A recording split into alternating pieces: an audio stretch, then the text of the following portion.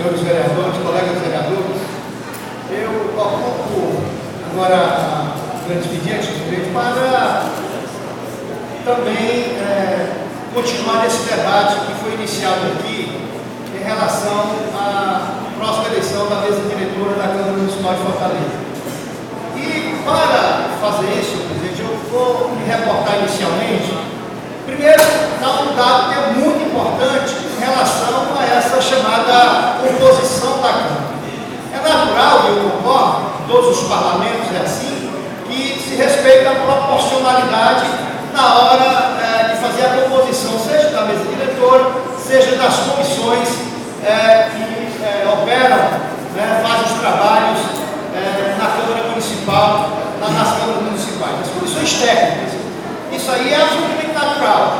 Uma outra questão que me parece que houve um desvio de foco aqui, em relação ao pronunciamento de alguns vereadores da base, com relação à modificação do regimento interno com a apresentação de chapa, retirando a possibilidade de candidaturas individuais, candidaturas avulsas. E evidentemente que essas candidaturas avulsas, elas no máximo serviam para demarcar uma posição, como por exemplo nós fizemos por ocasião da eleição, da atual mesa diretora, lá em janeiro de 2013, em que nós tivemos a candidatura, obviamente já sacramentada como vitoriosa, que era a candidatura do atual presidente Walter Cavalcante, também com a imposição do prefeito Roberto Cláudio, há que se dizer, e a candidatura do vereador João Alfredo, pelo PSOL, e a nossa candidatura pelo Partido dos Trabalhadores.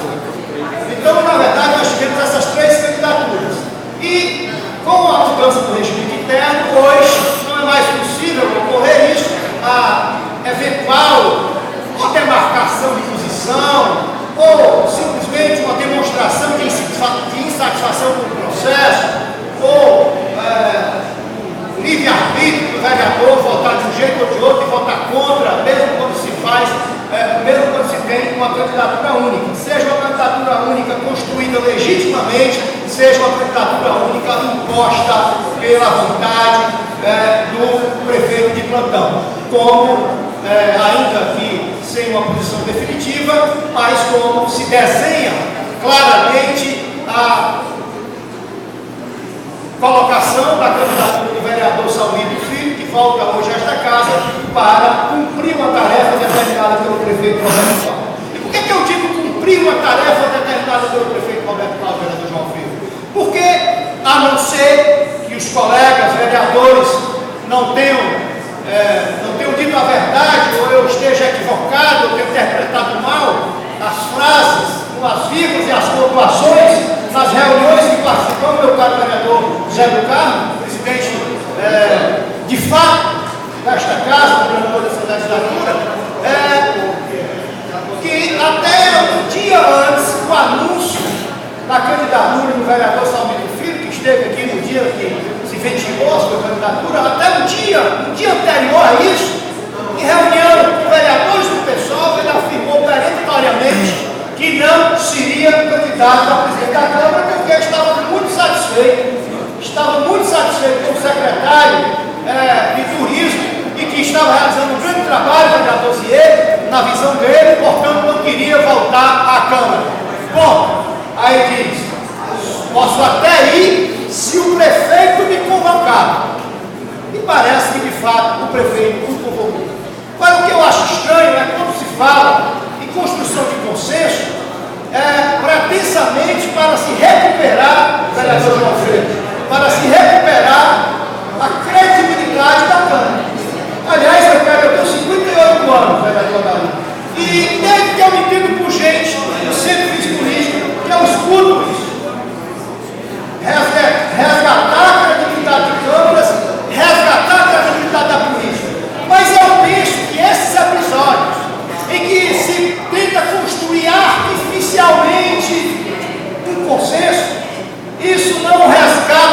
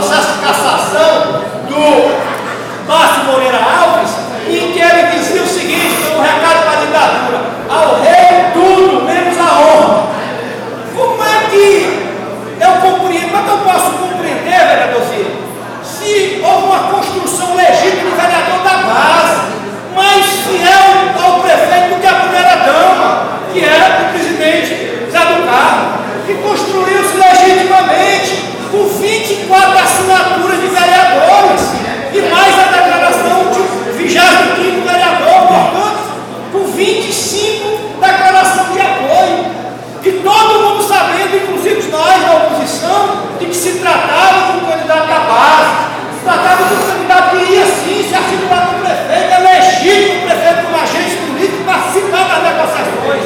Agora é ilegítimo o chefe de gabinete, ou não sei qual é o cargo lá do Soluço Bruno, que com ameaças de retaliações, aí se tenta dizer que está construindo consenso.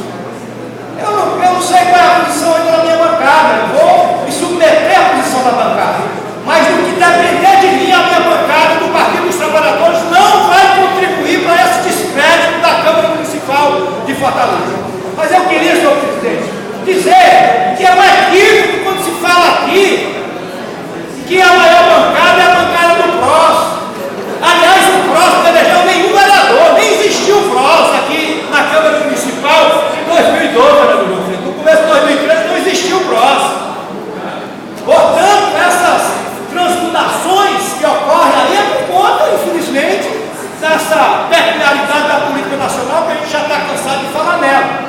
Mas eu quero lembrar que ainda temos 7, mesmo considerando agora o próximo 7, tem um bloco parlamentar. Se é para falar nisso, o bloco parlamentar está legalmente constituído, regimentalmente constituído, então, portanto, o bloco é que tem a maior bancada. O bloco constituído aí, por vários partidos, entre os quais o partido do vereador Zé do Carmo. Senhor presidente,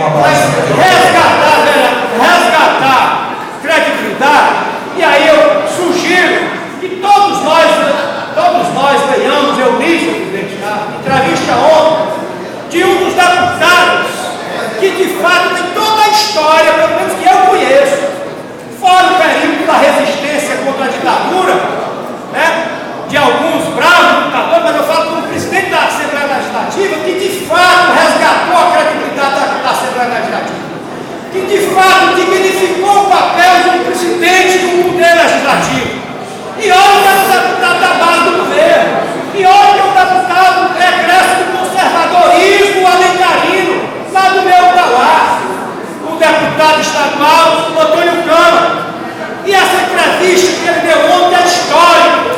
A entrevista dele ontem, na resistência que ele fez, a arrogância, a truculência, a prepotência do então governador Tasso Gereissati. Aliás, nesse episódio, o vereador Paulo Jorge, ele cita, nessa entrevista, ele cita o pai de Vossa Excelência, é o nosso querido Oswaldo Jorge, que foi deputado estadual. Mas, senhor presidente, eu vou ler um ponto em que o jornalista pergunta: foi a declaração de guerra? E sabe qual foi, senhor presidente, a declaração de guerra, vereador João Freire, que Vossa Excelência era deputado estadual? A declaração de guerra foi porque o deputado Antônio Câmara, com muita firmeza, com muita coragem, com muita dignidade, se colocou contra a tentativa do governador Tasso Gereissati de colocar no olho da rua 60 mil servidores públicos. 60 mil servidores públicos, e a grande maioria de pessoas humildes, a grande maioria de pessoas de cargos de menor relevância, de auxiliares, de auxiliar administrativo, de merendeiros, enfim, de cargos sem maior relevância do ponto de vista da estrutura do Estado. 60 mil! E olha o que é que